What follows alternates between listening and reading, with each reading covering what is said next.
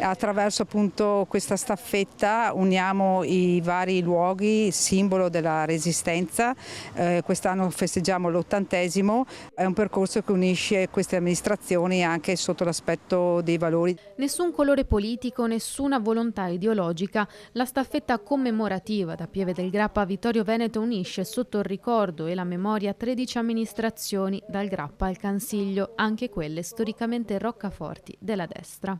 A dimostrazione che di fronte al sacrificio di tante persone non c'entra tanto il colore politico delle varie amministrazioni, perché tutte le varie amministrazioni da sempre hanno avuto nel loro DNA il rispetto di queste sofferenze, di questi principi: solidarietà, la libertà e la pace. I nuovi amministratori hanno questa sensibilità di unire i territori. Unire nel segno della memoria e dei valori scritti nella Costituzione, valorizzare l'intera area vasta del territorio dell'Alta Marca.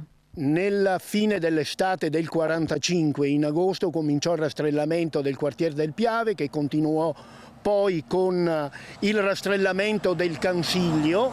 L'8, 9 e 10 di settembre del 44, una decina di giorni dopo, ci fu il grande rastrellamento del Grappa.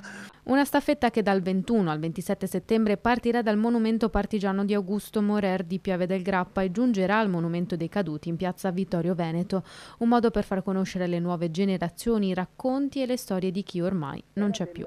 Dobbiamo farci messaggeri verso i nostri figli, verso i nostri nipoti, in modo che la realtà, la verità, tutti i racconti rimangano quelli che ci sono stati raccontati. Ecco. Le tappe sono segnate nel sito del comune di Vittorio Veneto e presenti sui social. In alcune verrà fatta suonare Bella Ciao. La faremo semplicemente risuonare con una cassa, e se qualcuno si sentirà libero di volerla cantare, che sia un amministratore, che sia un alpino, che sia un cittadino che viene a vederci o un giornalista, ecco, sarà ben accolto. Insomma, è una canzone che è stata politicizzata probabilmente negli anni, ma vorrei che venissero ricordate le parole di questa canzone. Si parla di amore, si parla di guerra, si parla di valori, quindi questo secondo me è quello che deve restare. E le genti che passeranno ti diranno che bel fiore